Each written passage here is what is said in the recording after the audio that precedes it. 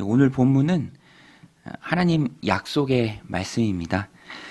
이스라엘 백성의 출애굽을 하나님이 주도하셨죠. 10가지 재앙을 내리시고 이스라엘 백성들을 애굽에서 나오게 하신 분이 바로 하나님이십니다. 그 하나님께서 이제는 이스라엘 백성들을 도우셔서 가나안 땅에 들어가는 것, 가나안 땅에 입성하는 것도 주도적으로 하시겠다라고 이스라엘 백성들에게 약속해 주십니다. 하나님께서 이스라엘 백성이 거주하게 될 가나안 땅으로 가는 그 길에 어떻게 도우시냐면 주님의 천사를 보내서 사자를 앞서 보내서 그들을 보호하시겠다 말씀하십니다. 20절에 보면 내가 사자를 내 앞서 보내어 길에서 너를 보호하여 너를 내가 예비한 곳으로 이르게 하리니. 이스라엘 백성이 가나안까지 가는데 주의 사자가 친히 앞서 행하시며 그들을 이끌어 주시겠다, 돌보시겠다라는 것은 이스라엘 백성들 편에서는 너무너무 큰 위안이 됐죠. 왜냐하면 가나안 땅으로 가는 그 광야의 길목에 만나는 어려움이 참 많이 있습니다. 때로는 전쟁도 해야 하고요. 그 척박한 땅을 지나면서 겪는 어려움이 극심하다는 것입니다. 많은 위험이 도사리고 있는 그 광야길에 주의 천사가 앞서가시고 또 그들을 보호해 주신다고 하니까 이스라엘 백성들이 정말로 큰 위로를 받는 것이죠. 마치 여행의 가이드와 같습니다. 여행이 편한 이유가 뭐죠? 가이드가 다 알아서 해주니까 현지 사정에 능통하고 당황스러운 일을 만나도 가이드가 잘 아니까 다 처리해 주기 때문에 고민이 없죠. 문제가 없습니다. 그냥 가이드의 말만 잘 듣고 따라가면 됩니다. 이스라엘 백성의 광야 생활이 바로 그와 같다는 것입니다. 하나님이 당신의 사자를 앞서 보내시고 이끄시기에 잘 따라가기만 하면 큰 어려움 없이 광야를 통과하고요. 무사히 가나안 땅에 입성할 수 있다는 것입니다. 그런데 우리가 기억해야 할 것은 오늘 본문에서도 잘 말씀해 주고 있는데요. 하나님이 보내신 주의 사자, 그들 앞서 행하시며 이끄는 그 주의 사자는 사람이 돈을 주고 고용하는 가이드는 아닙니다. 오히려 말씀을 잘 청종해야 하고요. 그를 노엽게 하지 않도록 그 말씀에 잘 순종해야 할 대상이죠. 순종할 때 온전한 보호를 받을 수 있습니다. 오늘 말씀 22절입니다. 내가 그의 목소리를 잘 청종하고 내 모든 말대로 행하면 내가 내 원수에게 원수가 되고 내 대적에게 대적이 될지라. 하나님께서 우리 편에서 싸우시며 그 광야의 모든 여정 가운데 힘든 일을 다 이기게 하시는데 거기에는 순종이 전제되어 있습니다. 이 말씀을 통해서 그래서 우리가 깨닫는 게 있습니다. 하나님의 인도하심과 보호하심에는 언제나 순종이 전제된다라는 것입니다. 순종할 때 좋은 결과물이 나오죠. 그것은 세상에서도 일반적으로 통용되는 원리입니다. 학생들도요, 배울 때 요구되는 것을 잘 따르면 좋은 결과물이 나오죠. 그것들을 거부하면서 저는 제 방법대로 할래요 라고 하면은 그것은 옳은 방법이 아닙니다. 운동선수도 똑같죠. 운동하는데 좋은 결과가 나오는 그 길까지 축적된 노하우가 다 있습니다. 그래서 경험이 많은 코치와 감독의 지시에 잘 따르면 좋은 결과가 나옵니다. 올림픽 양궁에서도 현지와 비슷한 조건의 섬을 찾고 거기서 이제 전지훈련을 하면서 특별히 실제 세트도 올림픽과 똑같이 만들어 놓고 연습을 했죠. 선수들이 실제 경기장에 딱 들어서는 순간에 우리가 왜 그렇게 연습을 했는지 깨닫게 되었죠. 연습과 똑같은 환경이었습니다. 그러니까 평정심을 유지하면서 좋은 결과, 금메달도 땄죠. 시키는 대로 따라가니까 되더라는 것입니다. 이러한 순종의 힘은 영적으로도 마찬가지입니다. 앞서 이끄시는 하나님의 말씀에 순종하면 무사히 가나안 땅에 안착할 수 있습니다. 오늘도 하나님께서는 말씀으로 우리를 인도하십니다. 그 말씀에 순종할 때 우리의 인생이 어려움 없이 하나님 원하시는 그곳까지 잘 갈 수 있다라는 것입니다. 우리가 순종하며 따라가면 하나님께서 예비하신 곳으로 우리를 순전히 인도하시는 것이죠. 목적지에 도달하는 게 개인의 능력이나 노력의 많고 적음에 달린 게 아니라 하나님 말씀에 순종했느냐 그렇지 않느냐에 따라서 갈린다라는 것입니다. 세상 역사를 주관하시는 분은 하나님이시죠. 그러니까 하나님의 말씀에 순종하며 따라갈 때 우리의 삶 가운데 평안이 임한다라는 것입니다. 오늘 이 말씀을 마음에 새기고 주님께 순종하며 따라감으로 능력 있게 쓰임받는 거룩한 주님의 종들이 다 되시기를 축원드립니다. 이렇게 이스라엘 백성의 가나안 입성의 로드맵이 정해졌습니다. 핵심은 순종이죠. 앞서 사자를 보낼 테니 너희는 그의 말을 잘 청종하고 내가 너희에게 명령한 모든 말을 지키면서 따라가라. 그러면 순종만 하면 가나안 땅에 안착할 것이다. 그런데 중요한 것은요, 가나안 땅에 들어간다고 다 끝나는 게 아닙니다. 그것은 이제 새로운 삶의 출발이에요. 가나안 땅에 도착해서도 해야 할 일이 있습니다. 그러면 순종해서 광야를 무사히 지나갑니다. 그러면 가나안 땅에 안착하죠. 그 후에 할 일은 무엇인가? 그것을 알기엔 앞서 우리가 기억해야 할 것은 가나안 땅에 이스라엘 백성이 가는 목적이 무엇인가가 중요합니다. 지금 이스라엘 백성이 애굽을 떠나 힘든 광야를 거쳐 가나안 땅에 가서 살아야 하는 이유가 무엇이죠?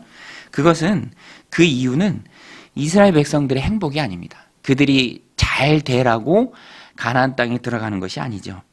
그것은 온 세상에 하나님을 드러내고 보여주는, 비로소 아브라함부터 시작됐던 하나님의 나라가 민족 단위로서 이스라엘 민족이 되어서 하나님이 자로재어준 그 가나안 땅에 거하면서 온 세상에 하나님을 드러내는 제사장 나라로 이스라엘 민족은 부름을 받은 것이죠. 그러니까 구태여 그들이 힘들게 출애굽하고 힘들게 광야를 거쳐서 힘들게 정복 전쟁을 하면서 가나안 땅에 정착하며 살아야 하는 이유는 하나님께 있습니다. 하나님을 드러내는 것이죠.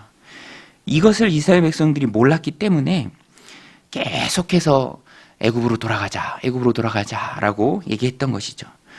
그들의 말처럼 그들 스스로만 잘 먹고 잘 살려면 비록 종이지만 애굽에 있으면 됩니다. 거기서는 먹고 살 수 있죠. 굳이 힘들게 광야를 지나갈 일이 없다라는 것입니다.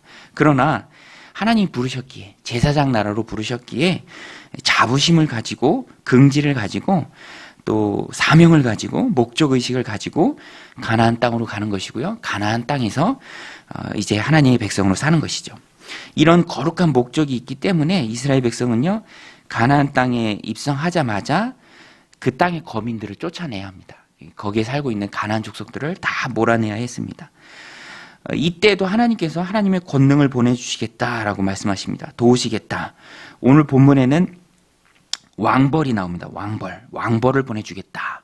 근데 이 왕벌은 문자 그대로 실제로 하나님께서 벌을 보내신다, 그런 의미가 아니라 왕벌을 보내신다라는 의미가 아니라 하나님의 권능이 함께한다라는 의미입니다. 이스라엘 백성들 가운데 하나님의 권능이 함께해서 능히 그 땅의 거민들을 다 쫓아낼 수 있게 하시겠다라는 의미죠. 하나님의 권능이 이스라엘 백성들과 함께할 때 가나안 땅의 주민들을 이스라엘 백성 손에 붙여주겠다. 그때 이스라엘 백성들은 그들을 쫓아내야 합니다. 오늘 말씀 31절인데요. 내가 내 경계를 홍해에서부터 블레셋 바다까지, 광해에서부터 강까지 정하고 그 땅의 주민을 내 손에 넘기리니 내가 그들을 내 앞에서 쫓아낼지라. 쫓김을 당하는 가나안 주민들 좀 불쌍하지 않은가? 불쌍하지 않아요. 왜냐하면 사실 이스라엘 백성들은 심판자의 의미로 가나안 땅에 입성했습니다. 그래서 하나님의 심판자의 도구로서 죄악이 극에 달한 그 가나안 주민들, 그들을 쫓아내는 것입니다. 그리고 또 이스라엘 백성들이 그들과 함께 있으면 영향을 받죠. 그래서 영향을 받지 않고 온전한 제사장 나라로서 그 능력을 힘있게 감당하도록 먼저는 쫓아내야 했습니다. 도무지 함께 할 수 없을 정도로 부패한 썩은 가나안 족속들을 그대로 방치할 수 없었습니다. 만약에 그대로 둔다면 두고두고 곁에서 찌르는 가시가 됩니다. 악한 영향을 끼치죠. 썩게 만듭니다.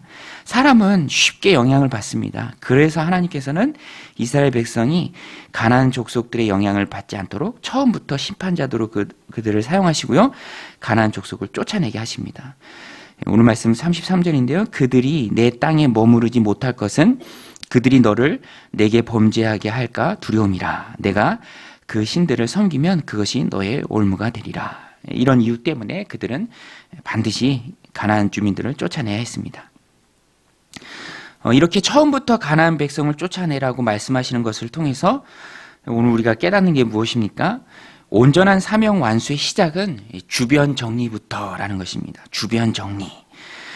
사람은 세 가지 준비해야 한다고 하죠. 이사갈 준비도 하고, 죽을 준비도 하고, 그런 준비들을 해야 합니다. 신앙생활에 있어서도 마찬가지입니다. 온전한 사명 완수의 시작은요, 주변 정리입니다. 사람은 환경의 지배를 받습니다.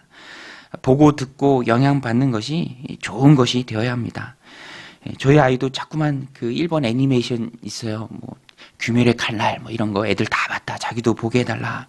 잔인한 이미지가 있는 건데, 근데 또 부모로서 좋은 것만 보여주고 싶고 또 되도록 악한 것에 영향을 받게 하지 않도록 하고 싶은 마음이 부모의 마음이죠. 그래서 좋은 학군도 찾아가고 또 좋은 환경을 주려고 하는 마음이 있습니다. 사람이 영향을 받기 때문에 그렇죠. 하나님도 똑같습니다. 이스라엘 백성이 제사장 나라고요. 또 하나님을 온 세상에 드러내야 될 그런 사명을 가진 백성인데 악한 가나안 족속들의 영향을 받기를 원치 않으시는 거죠. 오늘 우리도 이 말씀을 우리 삶 가운데 적용해야 합니다. 오늘 우리의 삶 가운데 악한 영향을 끼치는 것은 무엇인가? 사람은 환경의 지배를 받습니다. 유형, 무형의 악 영향의 근원을 그래서 우리는 물리쳐야 합니다. 되도록 좋은 영향에 주는 것들로 우리의 삶을 채워나가는 것이죠. 내 신앙이 중요하고 자녀들의 신앙이 중요합니다. 공동체가 하나님 앞에 바로 서는 것이 중요합니다. 하나님께서 가나안의 진멸을 말씀하시면서 그 가나안 족속을 긍휼히 보지 말라라고 말씀하셨어요. 내 신앙을 무너뜨릴 올무 같은 것들 다 끊어내야 합니다. 가나안 족속 불쌍히 여기지 말고 쫓아내라는 것은 오늘 우리도 똑같습니다. 가차없이 단호하게 끊어내야 하는 것이죠. 오늘 말씀처럼 주변 정리를 잘하고 특별히 신앙의 좌소가 마음이죠. 마음의 정리를 잘해야 합니다. 미워하는 마음들, 시기하는 마음들, 질투하는 마음들, 그런 마음들을 우리가 잘 하나님 앞에 정리하고 털어내야 합니다. 마귀의 음성도 우리의 마음 가운데 들려올 때가 참 많이 있습니다. 그런 것들을 우리가 영적으로 분별하고 우리의 신앙이 온전하도록 우리의 마음을 잘 지켜내야 합니다. 하나님 앞에 믿음과 신앙이 그래서 온전하여서 제사장의 사명을 잘 감당하는 거룩한 주님의 종들이 다 되시기를 주님의 이름으로 간절히 축원드립니다. 우리 같이 말씀 붙들고 함께 기도할 때 하나님 순종하며 따라감으로 능력 있게 쓰임 받는 우리 인생 되게 하여 주시옵소서. 신앙에 방해가 되는 것들 잘 정리하고 특별히 마음을 잘 다스려서 왕 같은 제사장으로 쓰임 받는 복된 오늘 하루의 삶이 되게 하옵소서. 우리 함께 기도하겠습니다. 하나님 아버지, 오늘도 있으며 고난된 잠에서 깨워주시고 하루의 첫 시간 우리 하나님 앞에 드리게 하심에 감사를 드립니다. 하나님, 이스라엘 백성들 하나님이 보내주시는 사자의 말에 잘 청종하고 하나님 말씀하신 그 모든 명령에 순종하며 따라갈 때 광야에서 만나는 모든 어려움들 이겨낼 수 있습니다. 하나님, 광야를 순전하게 순조롭게 지나갈 수 있습니다. 하나님, 오늘 우리의 삶도